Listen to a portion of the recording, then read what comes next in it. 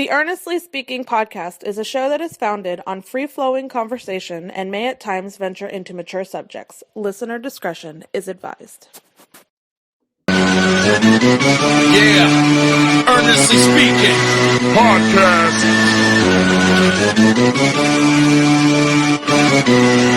Let's get it. I'm a giant in New York, in Miami carry heat. So much more in store, my product can flood the street. Opinion Nation Godfather, CEO. Pop in the late 90s, gon' see me blow. Oh, got my hustle on, no imitation of bad. Army of untouchables, Opinion Nation staff. Never an off season, homie, check the numbers. Heart throb in my own right, supplying southern comfort. Earnestly speaking, my ego is well fed. Earnestly speaking, you're too feeble and no threat. See, I'm like a hurricane, you're a mild breeze. Earnestly speaking, leaving Eli a dynasty. Earnestly Podcast coming to you November 28th, 2023. Holy crap, it is almost December. I can't believe it, man. And of course, we have a special guest on the show. It's been about a year since we've been on the podcast. Greg Hrinya. How you doing, buddy? NBA journalist, author. I'm doing really well. Thanks for having me. Always looking forward to talking NBA. Yeah, I have to say I have to apologize first off, because I remember last year telling you that we'll I have you on the show and we'll do like a little monthly thing, and then it just kind of dropped the ball on the whole thing last year. So I promise you, now that I'm a little more organized this year, I think we'll be all right. So we'll make sure we have you on the show periodically on this season. As this NBA season has been, I'll be honest, it's been a very fascinating first month of the year. Honestly, I've been really enjoying it.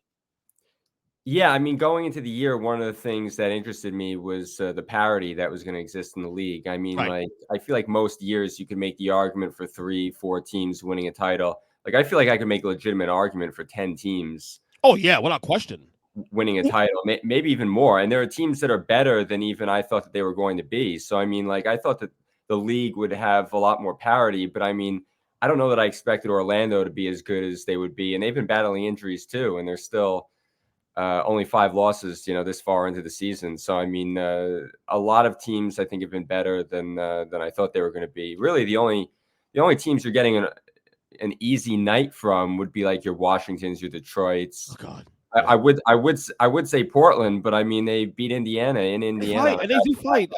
And injuries to all that. Well, you said 10 teams, and maybe we have the same amount. I have about, we'll talk about it real quick. And it's only a month in. Things can change. The season's fluid, obviously. Who are the 10 teams that you have in your little finals bubble right now? I think in the East, you're probably looking at Boston, Milwaukee, Philadelphia, Miami. I mean, I'd probably want to say Cleveland on paper, but I mean, having watched them for a month and seeing how they flamed out of the playoffs last year, I don't know that I can confidently say that, the talent doesn't necessarily match the output. I look at their roster and I'm like, oh, they got Garland, they've got Mitchell, they've got 2 really good bigs. They added shooting around them. What they were missing last year, they went out and got 2 guys, and they're just kind of uninspiring. And then you go to the West. I mean, you can go through it. I mean, whether it's Phoenix, Denver, I mean, the Lakers, I think, will get their act together at some point. At some point, yeah. Yeah, at some point. I mean, last night was if you're a Lakers fan, last night was kind of disheartening. But I mean, Philadelphia is a lot better than I think people thought they were going to be. It's funny, before we came on the podcast, we were talking about our mutual friend Matt McQueenie, and I remember going on his podcast last year doing the preview when Harden was still with the Sixers, and I'm like, I think Harden's the 3rd best player on the team. I think Maxey is ready to take a leap, but unfortunately, with Harden there, Maxey didn't have enough touches on the ball to really make that impact, and so now it's a really major addition by subtraction. And allowing Maxey and Embiid to play that 2-man game. But I mean, going back to the West, even a team like Sacramento, who I think that most people, thought, they had a nice year. But what can they really build on that? They've been pretty good this year. Their offense is still good. They've added a couple of fringe rotation guys. So and De'Aaron Fox got hurt too early in the year too. So he's back. He's balling again now. So So I mean, if you look at them having 9-10 wins, they're 9-6 right now. I mean, that's a little misleading because to your point, De'Aaron Fox, you take a potential MVP candidate out of a rotation. That's certainly going to impact that. So, maybe they're really more like an 11-5 team than they are like a 9-6 team or something like that. The two teams right now that really stick out to me as like, not that I'm always surprised at the improvements, but it's a month in, just how good they've been. Orlando being good this year, being competitive, being a play-in team, not surprised. I thought they'd be a play-in team this year.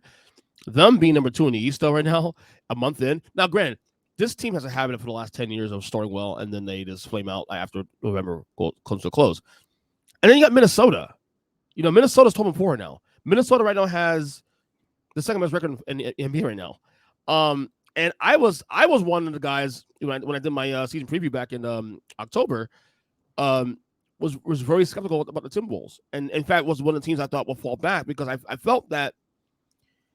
Look, this is Edwards' team. We agree to that.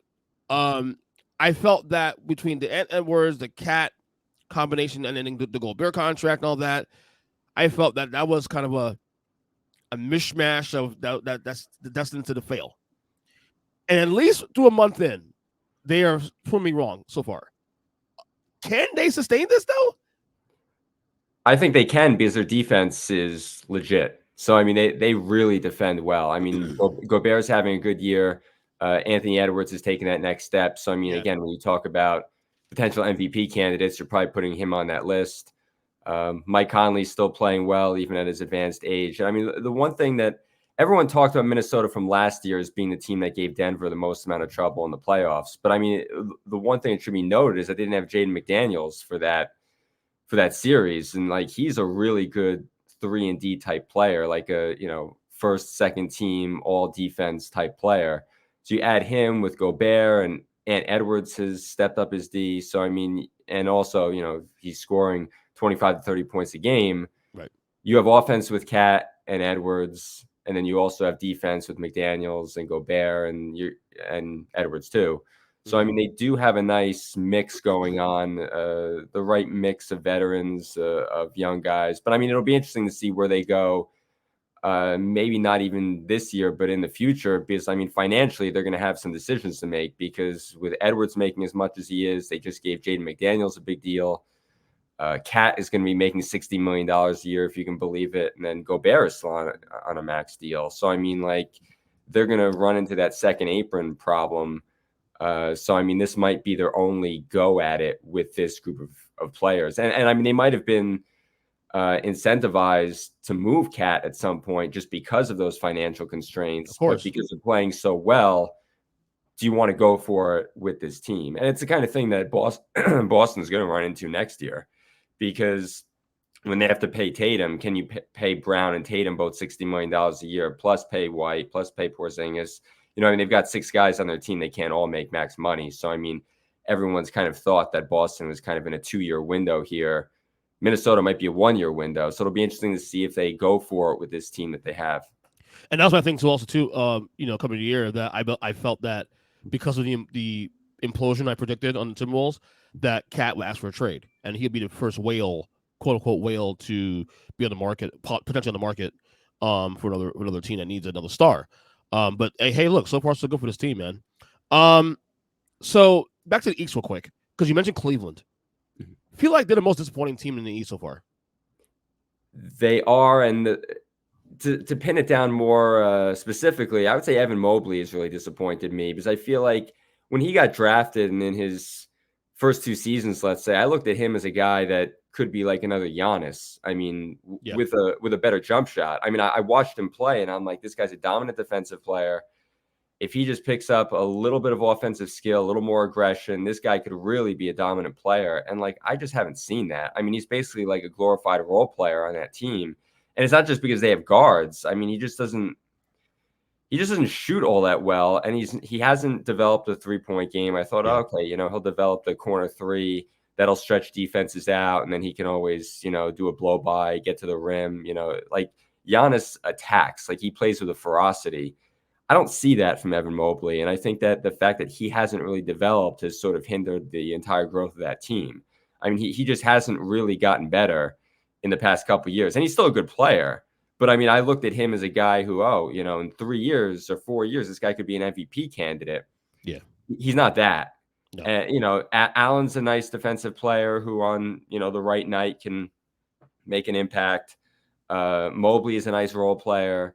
I think Darius Garland gets overshadowed a little bit just because Donovan Mitchell monopolizes the ball so much. And ironically, when you've seen Mitchell injured the last week, he was battling a sore hamstring. Garland played great. So, I mean, I just don't know that is going to be a perfect match. In the last 2 games, Mitchell was like 4 for 17 shooting. And, I mean, he wound up like 20 points because of free throws. But, I mean, like, he hasn't come back and played well. So, I mean, you talked about Wales that could possibly be on the move. I wonder if at some point Cleveland acknowledges, like, we don't know if we're going to be able to keep him long term. Is it better to turn him into a number of different assets, hand the team back over to Garland if they think that they're going to lose him for nothing? You don't want to be the Toronto Raptors here where you're facing losing all these guys for nothing. I mean, they could have traded Fred VanVleet last year, the year before. Instead, they lose him for nothing. So, I mean, I think Cleveland's going to have to be honest with themselves. Is that a move that's worth making if we don't think that we're going to keep him long term? So what? Excuse me. So what is your biggest surprise so far out the shoot 1 month in? What your biggest surprise so far? It could be anything, a team, storyline, anything. Biggest surprise probably Philadelphia, just based on all the chaos that was surrounding them before the season. Yes. I would say Orlando too, but the fact that 2 weeks before the season we're talking about Embiid, what team is he going to go to when he asks for a trade? You're right. Yep. And now you're looking at them and saying, they are probably in the best position maybe of any team in the East to go to the finals because they also have assets now to go out and add other players. So not only are they playing great now, but now they've got multiple first-round picks they can move. They've got a bunch of guys on expiring contracts they can then attach to those picks. So, and I mean, this is an aside, but I mean, like last night against the Lakers, like Marcus Morris, like totally turned back the clock. I mean, 16 points and, was hitting all his threes. I mean, as a team, they went 22 of 46 from 3. So, I mean, it's just amazing that they took all these guys that the Clippers couldn't find a way to use. And now Batum's starting and playing great. Marcus Morris is coming off the bench and playing great. Covington gets spot minutes. So, I mean, it'll be interesting to see how that plays out. But, I mean, all those guys are in that $15 to $20 million range. And, I mean, if you take them and attach like a Korkmaz to them or what have you, and then, a pick or two, you go out and get somebody. I mean, if Toronto flames out, can you get an Anunoby? That would probably be at like the high end of what you'd want to do.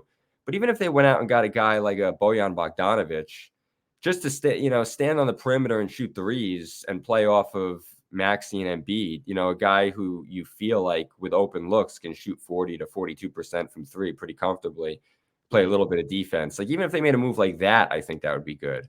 Or, getting a backup guard like a Tyus Jones or something like that. Like, I feel like there are moves that they can make that aren't even like the home run swings that can still improve their team. Whereas when I look at Milwaukee and Boston, I don't know that they have the salary on their books and, Boston has the pick flexibility, but I don't know that they have the salaries to move in deals like that. I mean, if you look at Boston, I mean, their top 6 guys make money, and they're not moving any of those 6 guys. They're not trading Al Horford. They're not trading Derek White. What they have is what they have. That's it. What they have is what they are. Whereas I look at Philly, and I'm like, Philly's playing great, and they have another level they can get to by adding some pieces.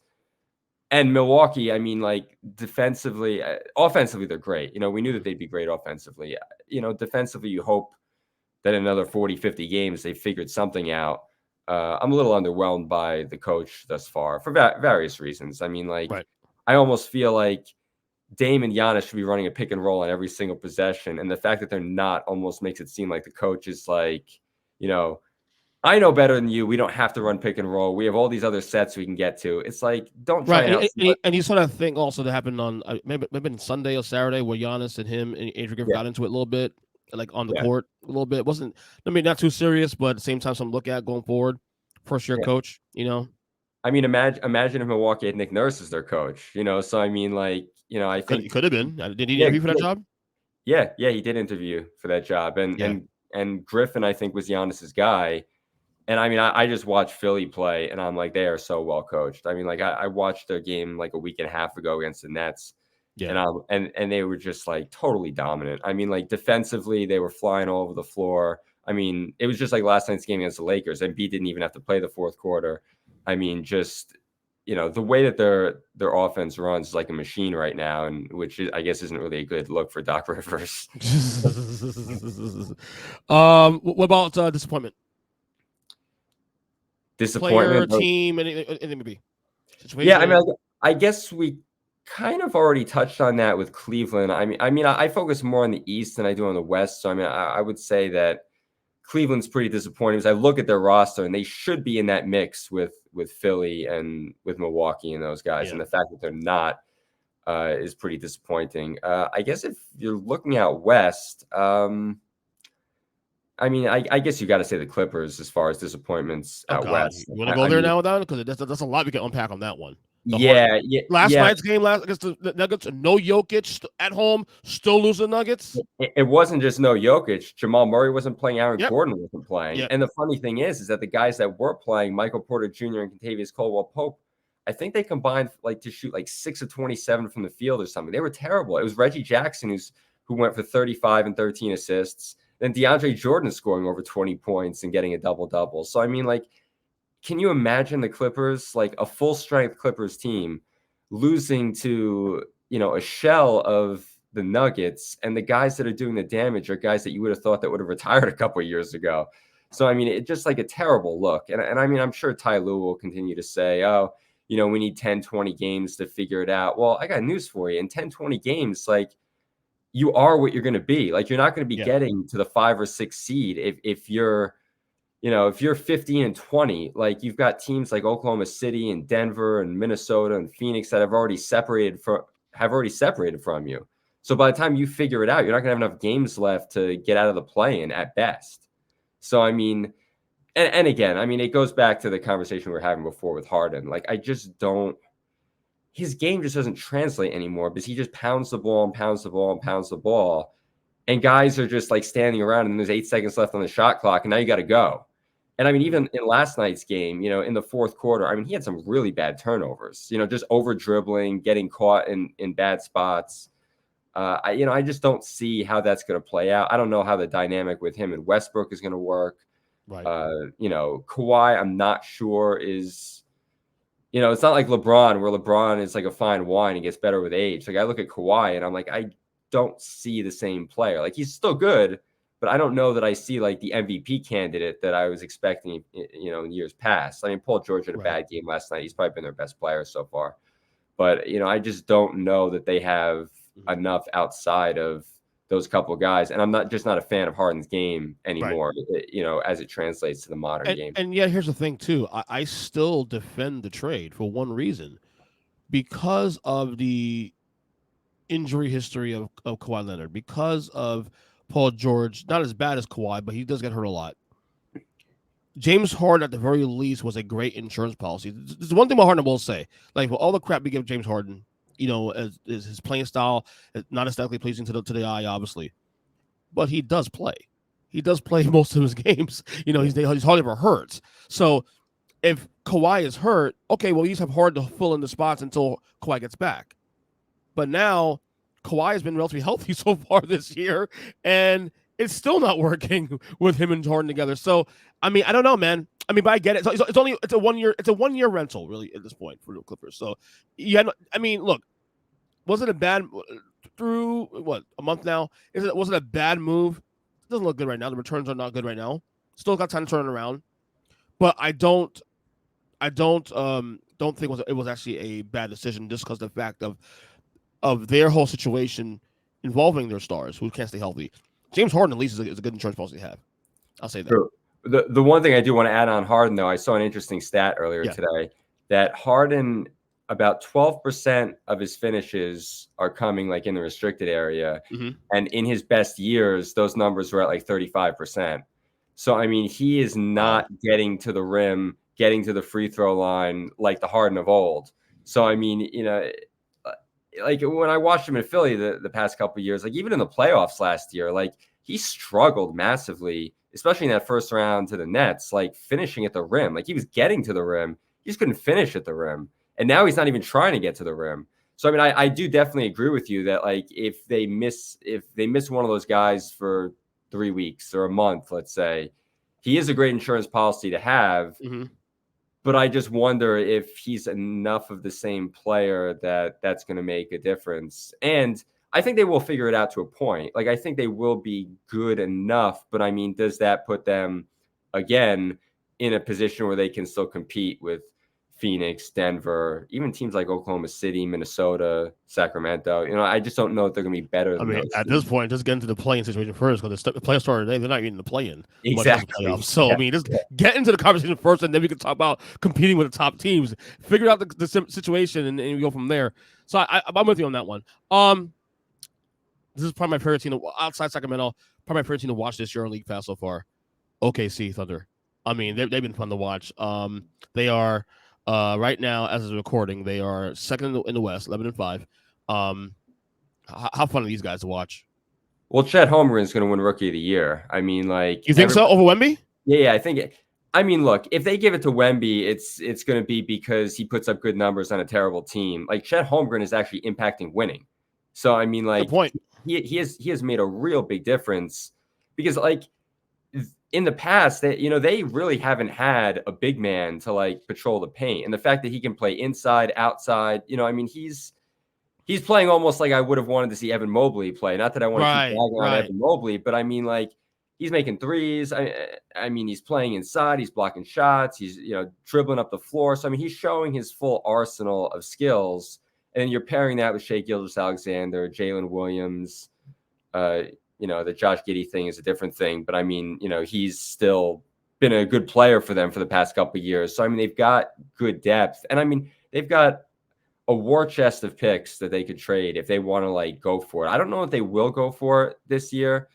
But, I mean, it'll be interesting to see if they use, like, a Davis Bertans contract and, like, one of their many picks to, like, go add to this team a little bit, because like they could go absolutely. For it. I mean, like, they've gotten great production out of like guys like Isaiah Joe. I mean, like, I was watching a game that they played the Warriors. They had that back-to-back with the Warriors, and they blew him out in the first game, and Isaiah Joe was 6 for 6 from 3. And the Warriors broadcasters were just like going apoplectic. They couldn't believe that like this guy was making every single shot. And it's like, they've gotten really good production out of their role players, in addition to Shai turning into an MVP candidate, which everyone sort of assumed that he would. And Jalen Williams, I mean, in another year would have won Rookie of the Year last year had it not been for Paolo Banchero. So, I mean, like, they've got a good nucleus, and it's all super young. The one thing I hate about their whole situation, though, is that like people are talking about like, how are they going to afford to keep this team together? And I mean, like, that's kind of unfortunate that like they do this great job drafting, developing, and they're not going to be able to keep like a Lugan's door. Well, we had a situation 10 years ago with Harden, Westbrook, Durant, and Ibaka. Yeah. So I mean, like that's the unfortunate thing, is that you're almost penalized for your own success here. Like, most teams don't draft well enough to be in that situation where they have to choose between players. It's an obvious decision. Whereas with them, it's like, oh, they've hit on a lot of these guys, and all these guys are going to be, commanding $200 million, $250 million. And it's like, you can't pay all of them. So, I mean, that's going to be the unfortunate thing down the road. Do they have a consolidation trade coming, or maybe they move, one of these guys, some of their role players, Bertans for salary matching, and then some picks to try and like go out and get like a bigger name guy. I don't know, but it'll be fascinating to see which way they go, because you're right. They have been tremendously exciting to watch thus far. I will say that they should probably try to win with this core for 1 year. See if this core can take you as far as it can take you. And Sam Presti seems like the guy who is not going to make a rush move. Like, he's always been like taking his time with everything. So I think you're 100% right. They're going to stick with his core. It's just fun to think about, like, when you look at, teams that are going to blow up, like Chicago, we know is getting blown up. But like, you look at like Toronto, and like, could an OG Anunoby like help a team like OKC, or help a team like Philly? Sure he could. Yeah. You start looking at players that maybe might be on the move, or could be on the move, depending on how the next month goes for a certain team. And then it's like, where would they fit in well? Like with Levine with Chicago, people say like, he could help Orlando because, they're missing shot making. And it's like, yeah, that is true. But like, he plays no defense, and like, he's going to take away from Wagner and Banchero. And do you really want to, add a losing player into that mix? I mean, I just don't know. But it's always fun to look at these different rosters and see who can move around. So I had a take about 2.5 weeks ago where I said, now granted, I'm not sure what you had SGA in your top rankings. I don't know if you have our rankings players a year. I know I do my own rankings a year. I had him 11 coming to the year of top players in the league. I know ESPN the number 8 coming to the year. But I said that based on depending on what you have your rankings, it wouldn't sound foolish to say that the way SGA is playing right now, that by next year he could be considered a top 5 player in the league based on how he's playing. Now, a lot of factors. Who's in your top 5? Are they descending? Are they stabilizing? I don't know. So it depends on how your list looks. But based on my list, it wouldn't be foolish to say that he's going to be at least flirting the top 5 spot. Certainly top 10 at this point in the way he's playing. Where are you on SGA in terms of that take? Is that too crazy a take to make? No, not at all. Because I think you're looking at guys like Durant and LeBron who are probably sliding out of the top 10. I mean, you're just assuming based on age. I mean, Durant's still playing great. LeBron is still, defying father time. We'll get there in a second, LeBron. Yeah. But I mean, like, you look at those guys and you figure, like, at some point they're going to have to slide out and a guy like SGA is going to slide in. I mean, as you were talking, I'm like, yeah, I probably would have had him in like the 8 to 12 range or somewhere like borderline top 10, maybe he sneaks into the top 10. I mean, just off the top of my head, I mean, you're looking at Jokic, Embiid, Giannis as like, a clear top 3. I don't know that you'd slide Shea into the top 5 yet, but I mean, again, if next year. Yeah, if you're moving a guy like Durant out of the top 5, if you're saying Luka's 4 and Durant is 5, maybe Durant is 9 next year. The way Durant's playing now, man, it's kind of hard to think about the top 5 though. The way he's playing right now. Yeah, no, totally, yeah. So I mean, like, you still have LeBron and KD, above him, but I mean, he's playing great. I mean, on any given night he can score 40. So I mean, he plays good defense. Assists, getting the free throw. He's got like he can score at all 3 levels. He can score at the rim. If he's not getting the rim, he's making threes. So, I mean, like, there's nothing on the floor that he can't do. So, I mean, I don't think it's a wild take at all to say that he'll be top 5 and that he could even be top 10 now. Right. We mentioned Wemby a little while ago. What's your thoughts on Wemby so far? 1 month in.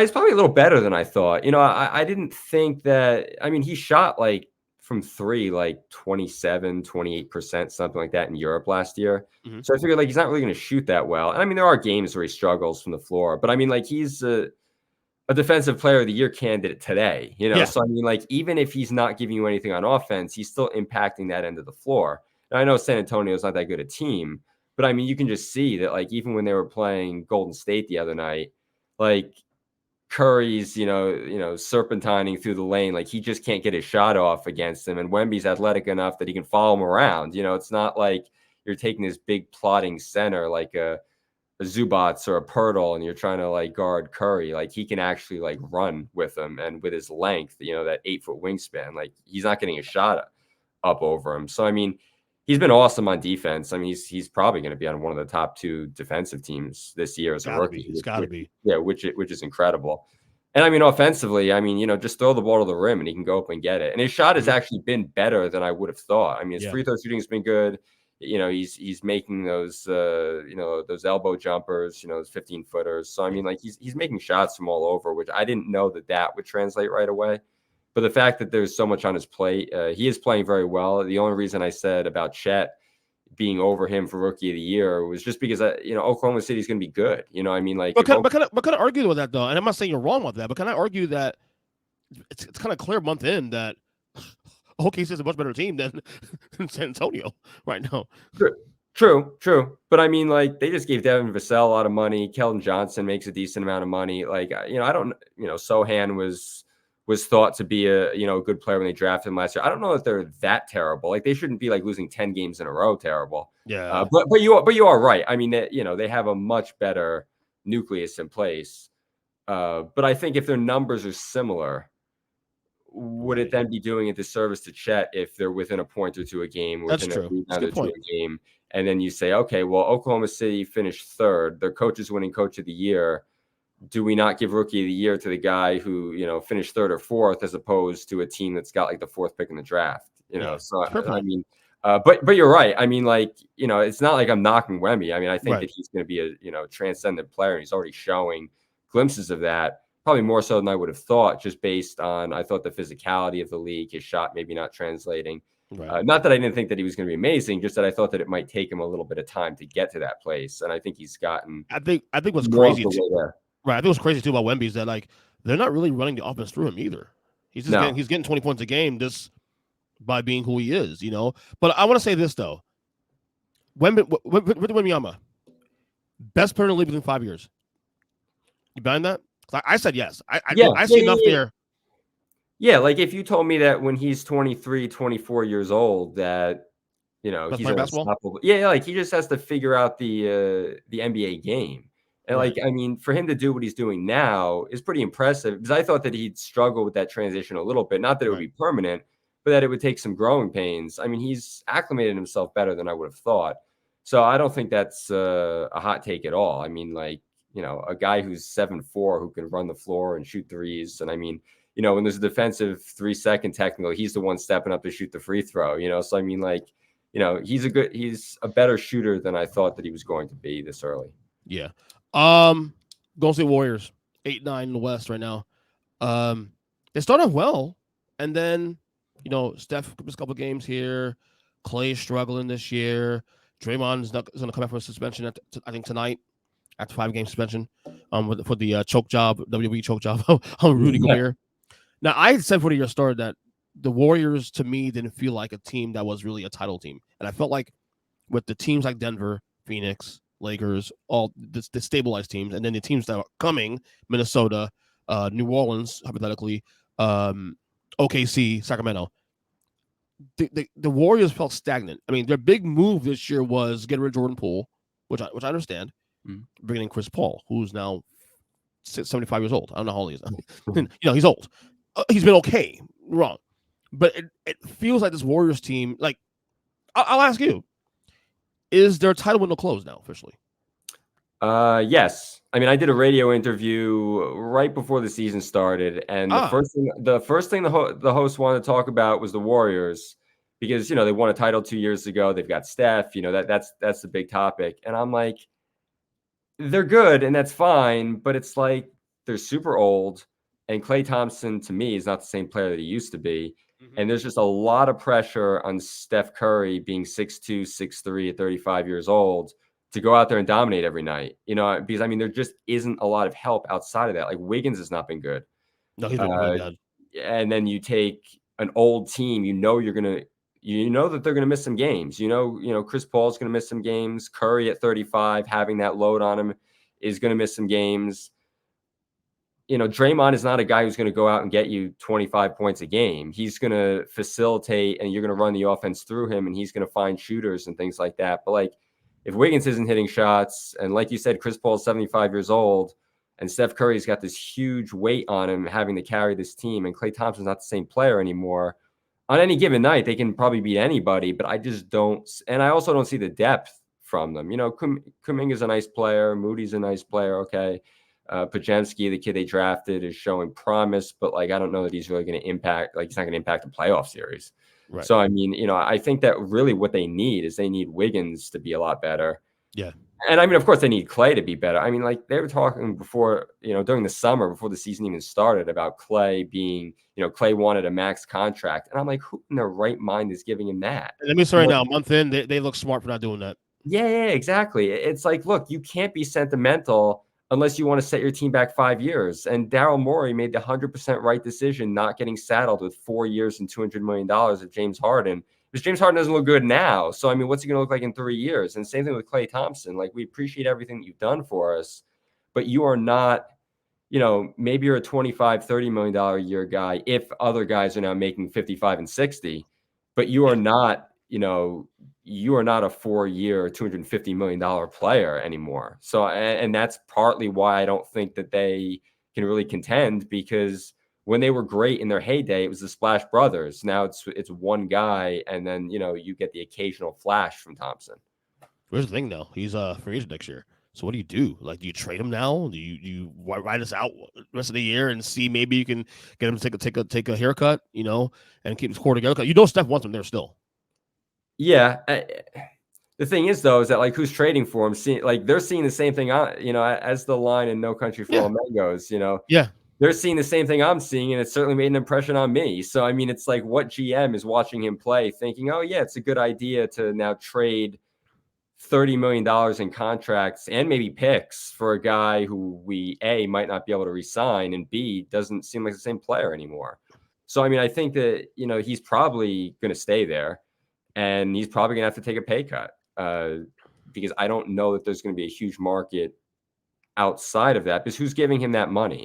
And it's the same thing with Harden. I mean, that was the harsh reality. I think Harden thought that there would be this groundswell of teams looking to add his services, and it just never materialized. I don't know where that market is. And it's funny because they just won a title 2 seasons ago, and our thing was, okay, well, they have this young core with the Kumingas and the Pools and all these guys, the Peyton Juniors, so they can build these young players around the core to keep them fresh. The idea was, they could probably win another title or 2 before Steph calls it quits or whatever, or break up the team, whatever. And now we're only literally maybe a little over a year since the title, in real calendar time, a year and a half, and we're now talking about this team now possibly breaking up and falling apart because. Look at the options. This is the West alone. Like right now, if I'm telling you right now in the vacuum, I'm looking at those standings right now. Minnesota's ascending. We'll see if that can sustain. What obviously they keep Cat. Well, that OKC's definitely ascending. That's 2 teams. Denver is the favorites, so we know what's going on. That Phoenix for the time being, but that's 2-3 years are going to be a problem with KD and we'll see what Bradley Beal will happen with that. That's another situation we got to get into. The Mavs sort of. I guess figure things out a little bit, so they're gonna be a problem. At worst, they're on par with the Warriors. At worst, okay, without Luka and Kyrie.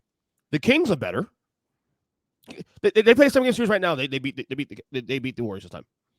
Yeah, okay? That's 6 teams right there. That's 6 teams. I haven't even included the Lakers yet. I haven't included the Pelicans yet. Yeah, I was gonna say I think New Orleans, when they get Trey Murphy back, is a better team. The Clippers could figure it out at some point. You know what I mean? That's 9 teams I mentioned there. Okay.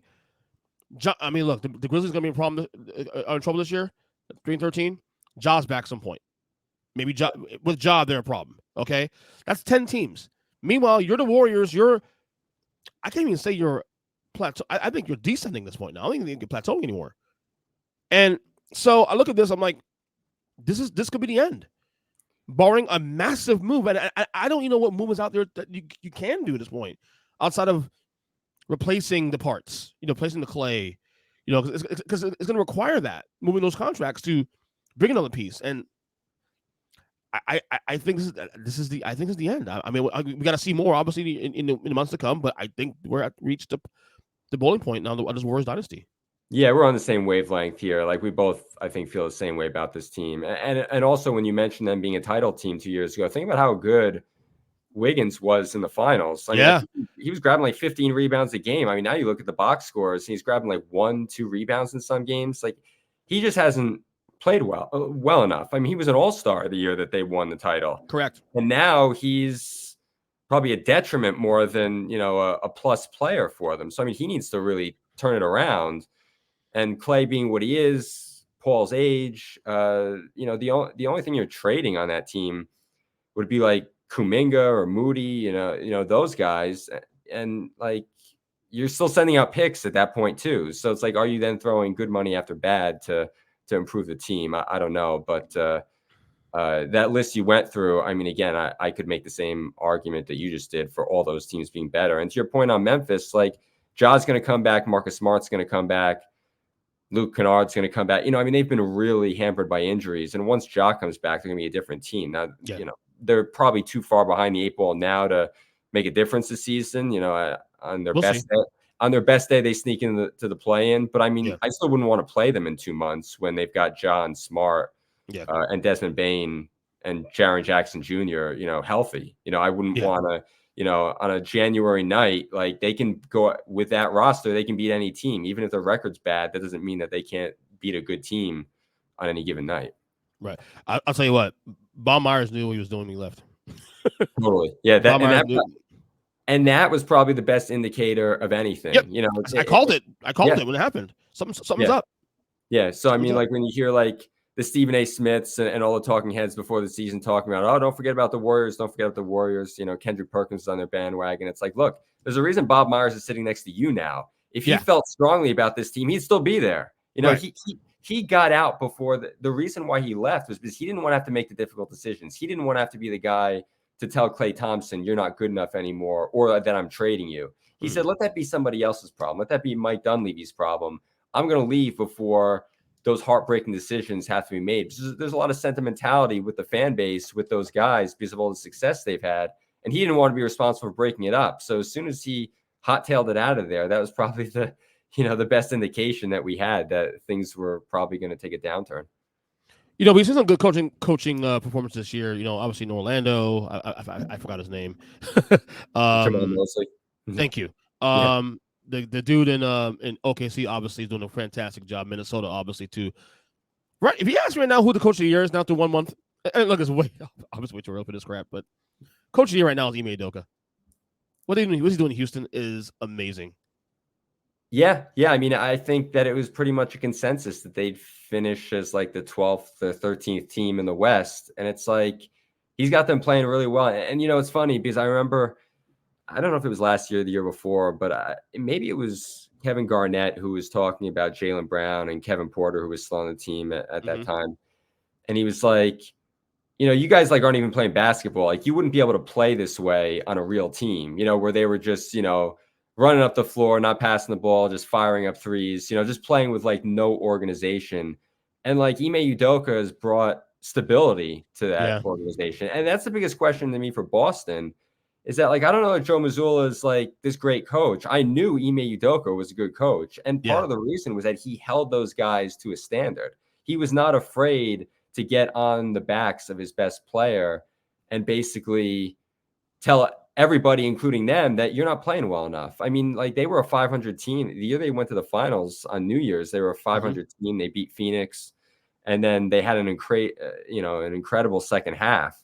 But I mean, he deserved a lot of that credit, and I thought that the Celtics losing him was a big loss, and I think the Rockets gaining him, you can just tell. I mean, they're way ahead of where you would have anticipated they would be at this point in time. And like when you look at their roster, like they've got some interesting players, but it's not like it's this like who's who of, potential all-stars. I mean, Jalen Green's solid. Jabari Smith is good. Fred VanVleet is a good player, but I mean, he's not Steph Curry from years back. So, I mean, like they've got good players, but I mean, I don't know.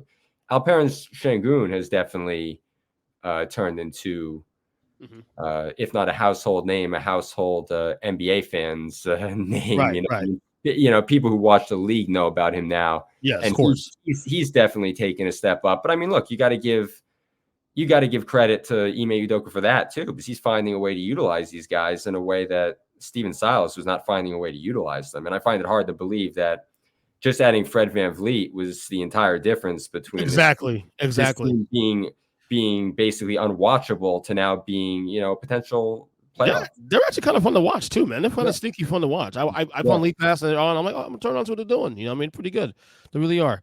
Last week, LeBron James surpassed 39,000 points.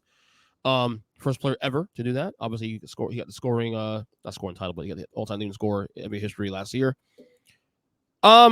So I had this debate on this pod with my buddy Zach, who's on the pod every week. We talk football and all that stuff. And we were discussing about LeBron and the legacy thing. I don't know where it's funny. I don't enjoy talking about LeBron versus Jordan. I hate it. I don't even enjoy it. I don't even find the debate interesting, honestly. But I have to say, with where we're at with LeBron James' career, year 21, still top 10 player in the league, and year 21, turn 39 next month. I don't know where you stand on the debate, but we'll bring it up here real quick. I've said my stance has always been this, that I've always been Jordan 1, LeBron 2. But my pushback was that the gap was a lot closer than people give credit for. And that debate's, in my opinion, the debate's not, because LeBron's still playing a high level at this late in his career, and he's still, I'll say, he's still the best player on that team because AD is not consistent enough to be that guy. I've always said that should LeBron win another title or two, the debate is still open. Now, whether you still stay Jordan 1 still, that's up to you. But I feel like the debate. Do you think the debate's still open at least? A conversation still, or is it closed for you? I think it's unfair to LeBron that it's ever been closed because, I mean, when you look at some of the numbers, not just the stats, but like, okay, so LeBron left Cleveland the first time to go to Miami. They went from a 61 win team to a 19 win team, and now they're picking the lottery. When Jordan left the first time to play baseball, they went from a 57 win team to a 55 win team. That's correct. And they were very close, like with the Knicks in that series. Like, I mean, they could have been a title team. They were minutes when that series against the Knicks. Exactly. So, I mean, like, it's not as like when you watch, like during the pandemic, when we watched that Jordan documentary, they tried to make it seem like Jordan was playing with a group of bums. But it's like Scottie Pippen is an all-time great. He had great role players around him. Again, he left. They still won 55 games. So that was not a bad team that he was on. I'll go even further than that. Between 93 and 98, Scottie Pippen was arguably a top 5 player in the league at that point. And probably the best and probably the best two-way player in basketball at that point. Not named Olajuwon. There's a reason why Scottie Pippen is so bitter towards Michael Jordan. And it's because Michael Jordan basically portrayed him as a quitter and a whiner. You know, like he came out of the game, when Kukoc hit that last shot, and then also he opted to get surgery, like bailing on his team for a few months. Like they really went out of their way to make him seem like he was this bum when really, like, again, to your point, he was like a top 5 player in the league at that point in time. So, I mean, like what's held against LeBron, and like I have no problem if anyone says Jordan's the best player of all time, or LeBron's the best player of all time. Like I feel like you can make an argument for both. But I just find that like LeBron is knocked for taking bad teams to the finals. I mean, like he's going to the finals against OKC with against Golden State. I was thinking of Durant, and then I was thinking of OKC. But you're going to the finals to play the Durant and Curry-led Warriors with like Rodney Hood and Jordan Clarkson. I mean, like it's just. And then the first time he went, you've got Ilgauskas and Boobie Gibson and, Anthony Parker and guys like that. I mean, like Anderson Varejao, like he's getting knocked for losing finals that other players would not have even gotten those teams into the playoffs, let alone to the finals. So, I mean, it's almost like been to his detriment that he was so dominant. Like even in the years with Cleveland, when they were dominating the Raptors every year and going to the finals, and then ultimately they lost to the Warriors, but like the Warriors, the year they beat them, were a 73-win team, and they added Durant for 2 years. So I mean, it's like I just find it unfair that he's knocked for those finals losses when he clearly had an inferior team. Well, obviously it was inferior once Kyrie left. It was much more on an even playing field when Love and Kyrie were healthy. Right, correct. But I mean, the first year that the Warriors won a title, neither Love nor Kyrie were healthy. So I mean, again, it was LeBron with Timofey Mozgov and Iman Shumpert and J.R. Smith going to 6 games with that Warriors team that ultimately wound up winning 73. It's like, it's just not a fair knock on him, I think, with some of those finals losses. Like, you want to knock him for the one against the Mavs with Miami. Oh, I do. I'm a Heat fan. I always do. Yeah, I'm totally on board with that. They should have never lost that series. That you can definitely knock him for.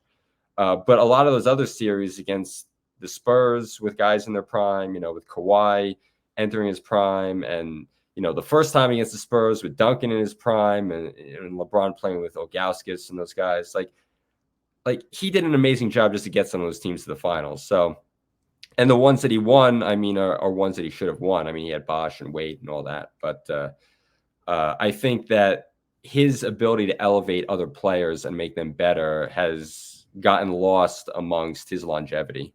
And I think the longevity thing is starting to make the 2011 finals failure, at the very least, not forgotten, but somewhat, I don't even want to say forgiven, but it at least makes it a little more palatable now to debate that, because he's continued to sustain the success for as long as he has. You know what I'm saying? And look, we're never going to see something like this ever again in our life, man. I mean, maybe not. I mean, this dude takes care of his body. The way he's playing, he can go another 5 years. Yeah, and I agree with you. I agree with you about the Jordan debate, and the reason why I find it so tiresome is that, like, instead of complaining about everything with LeBron's game and trying to nitpick because you want to prove that Jordan is the better player. Like, enjoy what you're watching now, because to your point, we're never going to see anything like this again. Right. I mean, like, even the streak of like scoring 10 plus points in a game, like you look at it and you say, oh, how could a guy not do that? Like Jokic had a game last week where he had 9 points and got ejected and he didn't finish with 10 points. Right. I mean, Durant during the pandemic had to leave a game in the third quarter because he, tested positive and finished with like 8 points. I mean, like, his ability to not sprain an ankle or get thrown out of a game or, to just be dominant for 18 years of, scoring 10 plus points a game. Right. It's really remarkable. Like, even though it seems like a small, like insignificant thing, it's just incredible. His durability, his ability to show up and play games, and his ability to have an effect on all those games is pretty incredible. That being said, some more things to get you out of here. Who are your, and it has to be in any order. Give me top 5. Your top 5 MVP contenders right now. For MVP, I think Jokic is going to win it again. And I mean, like, I thought that Embiid should win it last year because Embiid also, me too. I agree, is also a good defender. And look, people can make the argument for Jokic that he played good defense in the finals, and that's all fair. But he didn't play good defense during the season. Guys were blown by him like he was a traffic cone all year. Yeah. So you then can't use the finals to justify what is a regular season award. Thank you. Again, it's an 82-game sample. Why it's written for you? I know why it's so complicated. I don't understand that. Yeah, and honestly, Embiid is having a much better year this year than he did last year. I mean, he had 30, 11, and 11 last night in 3 quarters. I mean, his assist numbers are like through the roof. So, I mean, he's not just doing a good job getting to 30 points a game. He's also impacting the game by getting his teammates involved, and he's still a good defensive player. So, I mean, like, I'll say Jokic, but Jokic is putting up like Wilt Chamberlain numbers, and I think that people are going to hold it against Embiid and some of the other guys. Like, oh, Jokic should have won it last year because there was this big there was this big commotion from all the analytics crowd that, like, oh, Jokic's numbers. Well, it didn't help either when Embiid, not say melted down, but he didn't play to that standard in the postseason against Boston, specifically against Boston Celtics in the second round of the playoffs. That hurt him, the perception of that to some degree. And to be honest with you, as someone who had Embiid, I think number 6 or 5 last year on my list on ranking players, he moved down my list despite winning the MVP because of the performance in playoffs. Yeah. I mean, look, there's no running away from the fact that he wasn't good in the playoffs, but I still will then revert back to it's a regular season award. Thank you. And he had, in my opinion, the better regular season of those 2 players because he's playing both ends of the floor. And he was impacting the game in more ways. Now, look, I get that Jokic is a transcendent offensive player, but I also watched him play games where guys would just dribble around him and go for a layup. So, I mean, like, I get that the effort was better in the postseason, but I am then not going to relitigate what is a regular season award based on what happens in the postseason. But I will concede all that. I will still put Jokic at number 1. I'll put Embiid at number 2, and then I'll go Giannis at 3, but I'll say Embiid at number 2 because I feel like Embiid can shoot. I mean, like, I know Giannis can make threes and he can do things like that, but if you're rooting for Milwaukee and you see him spotting up for 3, you're screaming no, whereas, like, if Embiid is shooting a 3, it's like, okay, like, there's a good chance he makes that. So, I mean, like, and also Embiid's going to go and shoot 85 to 87% from the free throw line, and Giannis on his best day is going to shoot 70 or 75% on his best day. And most days he's going to be 50%. So, but I do give Giannis credit, the fact that he is just a ferocious player with just an incredible, like, drive. Like, the knock that I had on the Mobleys of the world, you don't see that issue with Giannis. Like, he leaves everything out on the floor, and he will do whatever he can to dominate the game. Like, he will force his way to the rim to score. I mean, he will not settle for anything. So, I mean, I still think that he's a great player. I still put him at 3. I'd put Luka at 4, just because of his ability to basically get to any spot that he wants on the floor and score. And, like, everybody talks about Kyle Anderson being slow-mo, but it's amazing watching Luka, like, sort of Euro step his way through the lane and getting those banking floaters and things like that. So, I mean, he's still, and look, you got to give Dallas credit for the start that they've had. Kyrie's played well, but I mean, you've got to look at Luka and say, okay, of course, he's still right up there. And then Durant is probably 5. I mean, the thing with Durant is that, like, he's playing most of these games without Booker and Beal. So, I mean, like the team that he thought that he was going to be on is basically the team that he had last year with the Nets. Which is why, actually, I almost want to put him number one, because KD, because of the records improving now, they won 7 in a row. Now I'm thinking, well, KD should be number one probably because of the fact that he's only one game worse than Denver right now. Playing without the best player, the two best players. Beal hasn't played 3 games this year. Booker's been out of the lineup all year long, and now the record's improving even with that. I don't have an order yet, but I'm tempted to put KD number one.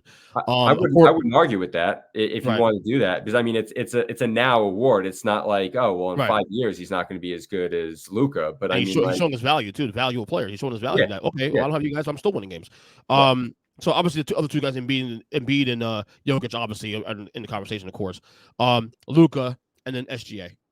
SGA's been phenomenal this year. Yeah, I mean SGA for me is probably 6. So I mean it's not as if I have him down at 15 or 20. I mean he's right there. I mean there's a lot of it's certainly a wide open 1 month in a wide open situation of guys you consider in the conversation. Yeah, I mean there are a lot of good players in the league right now. The league is in very good hands with the amount of talent the amount of high end star talent that's in the league. Right. One last thing I got here. Are you liking the in-season tournament? Do you understand it? I'm supposed to figure it out myself. I understand it. It's basically like the Champions League in soccer. They're trying to create some buzz, and I understand why they did it. So I mean, the whole idea is that everybody has always said that the NBA season for the casual fan, does not start until Christmas Day.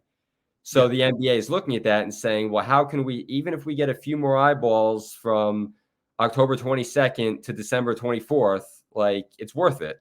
And so they're trying to put some stock in these games. I mean, I don't know that it's something that's blowing me away.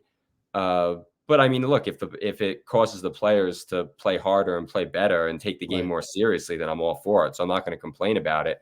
But I mean, I also don't know that it's something where it's I'm looking at the winner of this tournament as some, I'm sure they're going to put a banner up, in the rafters. But I mean, I don't know that it's something that you celebrate that I know they will. But I mean, as a fan, I'm not looking at it as this big important thing. But if it gets the guys playing harder in the first few months of the season, I have no problem with it. I will say I love the fact that it has not disrupted the regular season at all. Yes, yeah, I do agree with that. That was my fear coming into it. Is it going to disrupt the flow of the season? It has not whatsoever. Yeah. The way they spaced it out, once a week. I think it's a Friday and Tuesday games, whatever it is.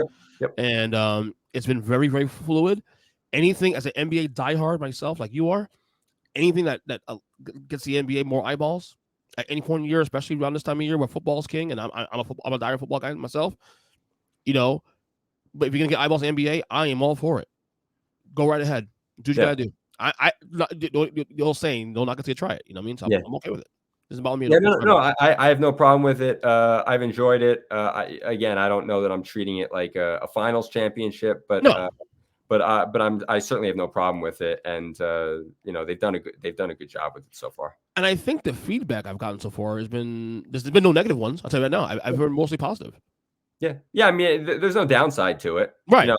I don't know that it's this massive upside, but there's more upside than there is, right? No downside. So, I mean, it's certainly nothing that anyone can complain about. Right, definitely. Greg, thanks on the podcast. You can follow him on Twitter at G Hrinya NBA. He also, former NBA writer, he's also the author of the 5-year plan, the Nets Tumultuous Journey from New Jersey to Brooklyn, which I still have to finish reading. I bought the book years ago, but I haven't finished it yet. Well, it's not going anywhere. It's still there for you. No, it's on my Kindle still. I haven't finished it yet. Yeah. I got so much going on here at home. That's why. So good job, man, as always. Great. Looking forward to doing it again.